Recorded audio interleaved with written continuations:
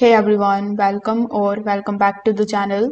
In today's video, I will show you exactly how to sell a player in Dream League Soccer 2025. So if your team is full and you want to earn some coins to buy better players, this is the guide for you. So first of all, you need to open your Dream League Soccer 25 game. After that, you need to go to the team management screen. There you will see the full squad, starting lineup and the substitutes. So you need to tap on that particular player that you want to sell.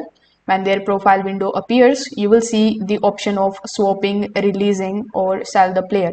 So you need to simply tap on the option of sell player there. The game will show you the amount of coins or the transaction value that you are going to get after selling that player. So you need to confirm your choice by pressing the yes button, and the player will be removed from your squad. The coins will be added instantly to your balance, which you can then use to sign new players, upgrade your stadium, and train your top performers. So if the sell option isn't available, that means the player might be alone or injured or logged in the training. So you need to first of all finish those tasks, and then you will be able to sell them normally. So if this video helped you out, make sure that you like this video and subscribe to the channel. Thanks for watching.